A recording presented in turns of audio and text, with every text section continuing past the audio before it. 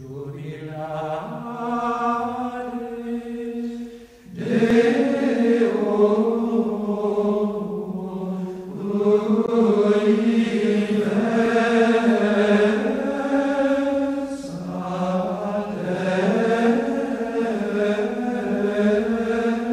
sa messe, tout d'abord il faut savoir que le chef de chœur a 5 pièces à diriger.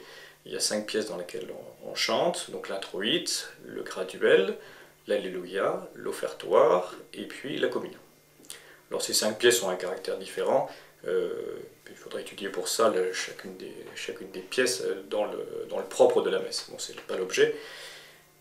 Mais pour celui qui prépare, il va falloir d'abord qu'il s'imprègne de la liturgie. On est là pour louer Dieu, et c'est la liturgie qui nous commande, qui nous dirige. Donc, je lis la messe, je lis mon introïte, je lis tous les autres textes de la messe. Je m'aperçois d'ailleurs souvent qu'il y a une grande corrélation entre les textes, l'épître, l'évangile. Parfois les textes sont repris de l'épître ou de l'évangile.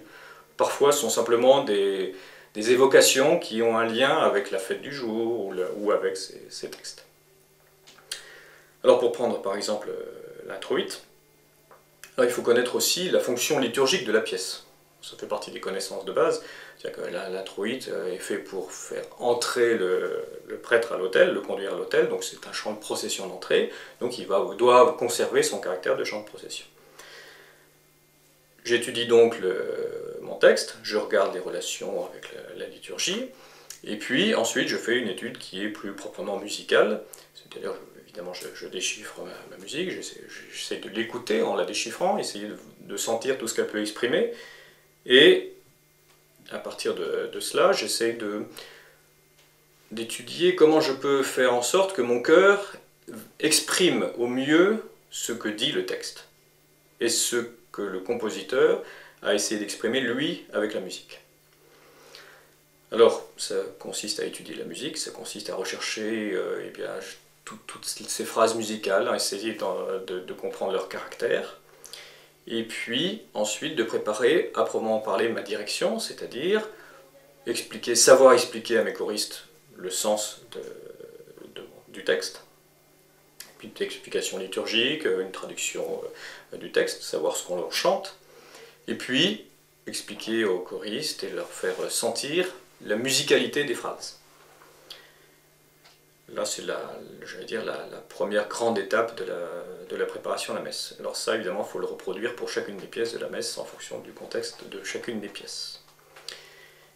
Après, il faut préparer sa répétition, en fait, parce que toute exécution suppose une répétition, et la répétition, c'est un cours, donc c'est une œuvre d'enseignement.